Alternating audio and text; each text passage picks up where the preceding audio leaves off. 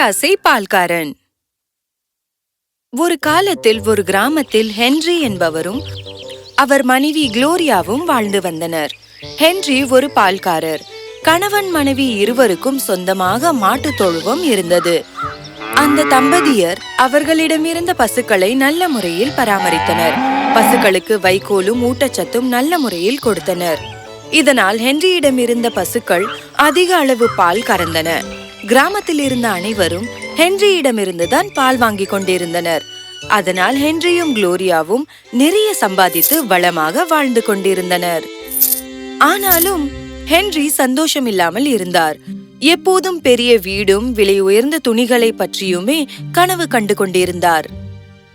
நம்ம கிராமத்துக்கு வெளியில ஒரு பெரிய வீட்டை பார்த்தேன்.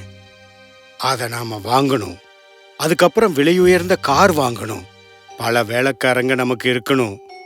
இந்த கிராமத்துல இருக்கிற எல்லா தரித்திரங்களும் பொறாமப்படுற அளவுக்கு விலை உயர்ந்த உடைகளை நாம வாங்கி அணியணும். இந்த அளவுக்கு பேராசை நல்லதுக்கு இல்ல. தேவையான அளவு சம்பாதிக்கிறோம். அதை வச்சு நம்ம சந்தோஷமா இருக்கணும். இந்த சின்ன வீட்டுல உன்னால எப்படி சந்தோஷமா இருக்க முடியுது? இதுவே ஒரு மாட்டு தொழுவோம். இந்த மாட்டு வாடை வேற எக்கச்சக்கமா இருக்கு. ஆனா இதுதான் நம்மோட வாழ்வாதாரம். ரொம்ப நாளைக்கு இல்ல, குறிச்சு வச்சுக்க. ஒரு நாள் இந்த ஊர்லயே நான் தான் பெரிய பணக்காரனா இருக்க போறேன். நாள்தோறும் ஹென்றி பால் விற்கும் போதெல்லாம் கிராமத்தார் இவரை பாராட்டுவார்கள். ஹென்றி, நீங்க கொடுக்கிற பால் ரொம்ப சுத்தமான பாலா இருக்கு. நீங்க உங்க பசுமாடுகளை ரொம்ப கவனமா பாத்துக்கிறீங்க போல இருக்கு. ஆமா ஐயா, உண்மைதான். ஆனா இது ரொம்ப நாளைக்கு இல்ல. நான் பணக்காரனா ஆன உடனேயே பசுமாட்டை எல்லாம் வித்துடுவேன். வீடு மாட்டு வாடையா இருக்குது, எனக்கு பிடிக்கவே இல்லை. ஆனா இந்த பசுமாடுகள் தானே உங்களோட வாழ்வாதாரம்.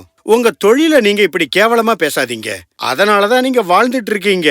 நான் வாழ்றதுக்கு முட்டை வியாபாரம் செஞ்சிட்டு இருக்கேன். அதுலயும் நிறைய வாடை அடிக்குது. ஆனா எனக்கு அதை பத்தி எல்லாம் கவலை இல்ல. அது என்னோட தொழில். சரி சரி, போதும் விடு. என்னையும் முட்டை வியாபாரம் செய்ய வச்சிருவ. ஆனா என் மனசுல இருக்கிறது அதுக்கு மேல. விலை உயர்ந்த பொருட்கள், விலை உயர்ந்த துணிமணிகள் இதெல்லாம் வாங்கணும். இங்க பாரு நண்பா, உன்னோட இந்த பேராசை நல்லதுக்கு இல்ல. இதுக்கு சரியான பதில நீ சீக்கிரமாவே கத்துக்குவ. போயா, இவ்வளவு நேரம் உங்ககிட்ட வீணா பேசிட்டு இருந்தேன். உன்னோட இந்த மணமணக்கும் முட்டை வியாபாரம் பெருகிறதுக்கு வாழ்த்துக்கள். போயிட்டு வரேன். ஹென்றி அதிக பணம் ஈட்டுவதிலேயே வேகம் காட்டினார். பணக்காரர் ஆவதற்கான வழியை கண்டுபிடிக்கும் முயற்சியில் இருந்தார். இவ்வளவுதான் கிடைச்சிருக்கு, ரொம்பவே குறைச்சல். இன்னும் எவ்வளவு பாலதான் விக்கிறது? வேற ஏதாவது வழி தேடி ஆகணும். என் பசுக்கள் ஆரோக்கியமா தான் இருக்கு. அதனால இதுக்கு மேலேயும் பாலை கறக்க முடியாது. அதோட இது ரொம்ப சின்ன கிராமம். இன்னும் அதிகமான பால் இங்க கறந்தாலும் யார் அதை வாங்குவாங்க? யோசனை, நான் பக்கத்தூருக்கு போய் வியாபாரம் பண்ணலாமே. அங்க நிறைய குடும்பங்கள் இருக்கு. அப்படின்னா நான் இன்னொரு பசு மாடு வாங்கி ஆகணும். அப்படின்னா இன்னொரு மாடு வாங்குற அளவுக்கு என்கிட்ட பணம் இல்ல. இல்ல, நான் ஏதாவது செஞ்சு ஆகணும். நான் ஒரு பெரிய வீடு வாங்கணும். என்னோட லட்சியம். இன்னொரு பசுமாடு வாங்குற அளவுக்கு என்கிட்ட பணம் இல்லாம இருக்கலாம். ஆனா அந்த பாலை அதிகரிக்கிறதுக்கு ஏதாவது வழி இருக்கலாம். அந்த வழியை நான் எப்படி கண்டுபிடிக்கிறது? அவர் நடந்து போய்க் கொண்டிருக்கும் போது ஒரு ஆற்றை கடக்கிறார். இறுதியாக பேராசை அதிகமாக ஆரம்பித்தது. ஹென்றிக்கு ஒரு யோசனை தோன்றியது. பால்ல கொஞ்சம் தண்ணீரை கலந்தா அதுல என்ன தப்பு வந்துட போகுது? இந்த மாதிரி நான் செஞ்சாதான் இன்னொரு பசுமாடு வாங்க முடியும். அதே சமயத்துல பக்கத்து ஊருக்கு போயும் நிறைய பாலை வித்து பணம் சம்பாதிக்க முடியும். ஆஹா, என்ன புத்திசாலித்தனமான யோசனை. நான் கொஞ்சம் தண்ணீரை கலந்தா கண்டிப்பா யாராலையும் கண்டுபிடிக்க முடியாது. ஹென்றி சொன்னபடியே செய்தார். அடுத்த நாள் காலை பால் பாட்டில்களில் பாலை நிரப்ப தொடங்கினார். ஆனால் இப்போது பாதி பாட்டில் அளவே நிறைத்தார். போகும் வழியில் ஆற்று தண்ணீரை அதில் கலந்து விட்டார். அன்றும் எப்போதும் போலவே கிராமத்தார் சந்தோஷமாக பாலை வாங்கிக் கொண்டு அதற்கான பணத்தை ஹென்ரியிடம் கொடுத்து விட்டு போனார்கள். தண்ணீரை கலந்த காரணத்தால் மீதமான பாலை பக்கத்து ஊருக்கு கொண்டு சென்று விற்றுவிட்டு வந்தார். அன்று இரவு ஹென்றிக்கு மிகுந்த சந்தோஷம். நல்ல வருமானம். நான் இதையே தொடர்ந்து செஞ்சா சீக்கிரமாவே பணக்காரன் ஆயிடுவேன். சரியாக சொன்னார். நாட்கள் கடந்தன. ஹென்றி முன்பை விட இப்போது வசதியாகிவிட்டார். கார் வாங்கி கொண்டார். வீட்டையும் புதுப்பித்து விட்டார். அவருக்கு பாலில் தண்ணீர் கலப்பது பழக்கமாகி போனதால் இன்னொரு பசு வாங்குவதை பற்றி நினைக்கவே இல்லை. பாலின் தேவை அதிகமானதால் அதற்காக தண்ணீரைத்தான் கலந்தார். இவ்வாறு சில வாரங்கள் ஓடின. அதன் பிறகு கிராமத்தார் கவனிக்க ஆரம்பித்தார்கள். புதிய தண்ணீர் பாலை பற்றி ஊரே தங்களுக்குள் பேசியது. உண்மையை தெரிந்து கொள்ளுவதற்காக கிராமத்தினர் சிலர் ஹென்ரியின் வீட்டிற்கு முன்னால் கூடினார்கள். எதுக்காக வந்திருக்கீங்க? ஹென்றி, நீங்கள் விற்கும் பாலை பற்றி புகார் சொல்ல வந்திருக்கிறோம். நீ குடுக்கிற பால் தண்ணி மாதிரி இருக்கு. என்ன இப்படி சொல்றதுக்கு உங்களுக்கு என்ன துணிச்சல்? நாங்கள் பாலுக்கு தான் பணம் கொடுக்கிறோம், தண்ணீருக்கல்ல. நீங்கள் இனிமேல் எங்களை முட்டாளாக்க முடியாது. நான் எதையும் மாத்தல. உங்களால யாரையும் பாராட்ட முடியாதுன்னு தெரியும். நான் கடுமையா உழைக்கிறவன். உங்களுக்கு பிடிக்கலனா வேற இடத்துக்கு போய் உங்களுக்கு வேண்டியதை வாங்கிக்கங்க. நீங்க எனக்கு தேவையில்லை. என்னோட பால் வேணுங்கிற கிராமங்கள் நிறைய இருக்கு. அங்க போய் பால் வியாபாரம் செஞ்சு நான் சம்பாதிப்பேன். ஹென்றி வேகமாக வீட்டுக்குள் சென்று படார் என்று கதவை சாத்தினார். ஹென்ரியின் கர்வமான நடவடிக்கையால் கிராமத்தினர் அதிர்ச்சி அடைந்தார்கள்.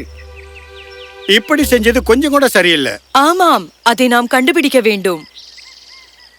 உண்மையை கண்டுபிடிக்க திட்டம் போட்டார்கள். அடுத்த நாள் காலை ஹென்றி வழக்கம் போல் நதியை கடந்து போனார்.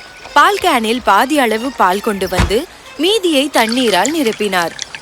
அதை அனைவரும் கவனிக்கிறார்கள் என்பது அவருக்கு தெரியவில்லை. என்ன ஒரு துணிச்சல்! இது மிகவும் தப்பு. இப்படிதான் இவன் பணக்காரனா இருக்கான் போல இருக்கு. இவங்கிட்ட ஏற்கனவே இருந்த பசுக்கள் தான் இருக்கு. ஆனாலும் அதுல கறக்கிற பாலை வச்சு எப்படி பல வீடுகளுக்கு வித்துக்கிட்டு இருக்கான்? அனைத்தையும் அறிந்து கொண்ட கிராமத்தினர் அவருக்கு ஒரு பாடம் புகட்ட முடிவெடுத்தனர். அடுத்த நாள் குளோரியா கடைக்கு சென்று பருப்பு வாங்கி வந்தாள். அன்று இரவு ஹென்றி வேலை முடித்து வீட்டிற்கு வந்தார். தம்பதியர் இருவரும் சாப்பிட ஆரம்பித்தார்கள். என்ன இது? கல்ல கொண்டு வந்து சமைச்சிருக்கியா நீ? கல்லா? இல்லையே, பருப்பு சாம்பார் தான் பண்ணினேன். இல்ல, பருப்பு இல்ல. என்னால இத நம்ப முடியல. பருப்போட சிறு கற்களையும் கலந்து அதை தான் கடைக்காரன் உனக்கு வித்திருக்கான். என்ன துணிச்சல் அவனுக்கு! நாளைக்கு நானும் உன் கூட வந்து அவனை கவனிக்கிறேன். அன்று இரவு ஹென்ரியும் குளோரியாவும் வெறும் வயிற்றுடனே படுத்துக் கொண்டார்கள். அடுத்த நாள் காலையில் கடைக்காரரிடம் ஹென்றி கோபத்துடன் போனார். எங்களுக்கு என்ன வித்தாய்? நாங்கள் கல்லுக்கு பணம் கொடுக்கவில்லை, பருப்புக்காக பணம் கொடுத்தோம். உங்களுக்கு பிடிக்கலனா வேற இடத்துல நீங்க போய் வாங்கிக்கங்க. நீங்க எனக்கு தேவையில்லை. சிறிது நேரத்திற்கு பிறகு கடைக்கு சென்று ஒரு டசன் முட்டைகள் வாங்கினார். வீட்டிற்கு வந்து அவற்றை உடைக்க முற்படும் போது 12இல் 10 முட்டைகள் பாறைகள் என்பது தெரிய வந்தது. அப்போது அவர் பயங்கரமாக கோபமானார். எங்கிட்ட என்ன வித்தீங்க? நான் முட்டைக்காக பணம் கொடுத்தேன், பாறைக்கு இல்ல. நாங்க பாலுக்காக கொடுத்த பணம் தண்ணீருக்கு எப்படி போனதோ அதே மாதிரி தான் இதுவும். நான் கொடுக்கிற பொருள் உங்களுக்கு பிடிக்கலனா வேற இடத்துல போய் வாங்கிக்கங்க. நீங்க எனக்கு தேவையில்லை. ஹென்றி கோபத்துடன் கிளம்பினார். அடுத்த நாள் ஒரு பட்டு சட்டை வாங்கி போட்டார். வீட்டிற்கு போகும்போது மழை வந்து விட்டது. நனைந்து போன அந்த சட்டையின் கலர் போய்விட்டது. வீட்டிற்கு வந்த பிறகுதான் தெரிந்தது அந்த சட்டை பட்டு துணி அல்ல, சணல் துணி என்று. இவ்வாறு பல நாட்கள் சென்றன. ஒவ்வொரு முறையும் ஹென்றி ஏதாவது ஒன்று வாங்கி வந்தால் வீட்டில் அது வேறொன்றாக இருக்கும். எனக்கு வெறுத்து போச்சு. ஏன் நமக்கு சரியான பொருளை கொடுக்க மாட்டேங்கிறாங்க? நம்மள முட்டாளாக்குறாங்க. இவங்க செய்யறது கொஞ்சம் கூட சரியில்லை. ஹென்றி பேராசையில் சம்பாதிப்பதில் குறியாக இருந்ததால் தான் செய்ததை தான் மற்றவர்கள் தனக்கு செய்கிறார்கள் என்பதை உணராமலேயே இருந்தார். போக போக பக்கத்து கிராமத்தினரும் புகார் செய்தார்கள். சிறிது சிறிதாக ஹென்ரியிடமிருந்து பால் வாங்குவதை நிறுத்திவிட்டார்கள். செலவிற்கு பணமில்லை. தரமற்ற பாலை விற்று அந்த பணத்தில் வாங்கிய பொருட்கள் அனைத்தையும் ஹென்றி விற்றார். இப்போது ஹென்றி ஏழை பால்காரர் ஆகிவிட்டார். சில பசுக்கள் மட்டுமே அவரிடம் இருந்தன. அதை வைத்து ஒரு சிலருக்கு மட்டுமே பால் விற்றார். நீங்க என்ன செஞ்சீங்கன்னு இப்பயாவது புரியுதா? உங்க பேராசையினாலதான் நம்ம ஏழையானோம். முன்னால எப்பவும் வித்த மாதிரி நம்ம நல்ல பாலை வித்துட்டு வந்திருந்தா என்னைக்காவது ஒரு பெரிய வீடும் விலை உயர்ந்த துணிகளும் வாங்கி இருக்கலாம். நீங்க கடினமா பொறுமையா தொடர்ந்து உழைச்சீங்கன்னா உங்களுக்கு எல்லாமே திரும்ப கிடைக்கும். நீ சொல்றது சரிதான் குளோரியா. நீ சொன்னதை நான் கேட்டு இருக்கணும். அப்படி கேட்டு இருந்தா என்னோட பணம் போயிருக்காது. எல்லாரும் என் மேல வச்சிருந்த மரியாதையை கெடுத்துக்கிட்டேன், நம்பிக்கையையும் கெடுத்துக்கிட்டேன். ஹென்றி தன் பசுக்களை கவனமாக பார்த்து கொண்டு பால் வியாபாரத்தை தொடர்ந்தார். பாடத்தையும் கற்றுக்கொண்டார். அன்றிலிருந்து அவர் பாலில் தண்ணீரை கலக்காமல் கிடைத்த வருமானத்தை வைத்துக்கொண்டு அவர் மனைவியுடன் மிகவும் சந்தோஷமாக வாழ்ந்து வந்தார்.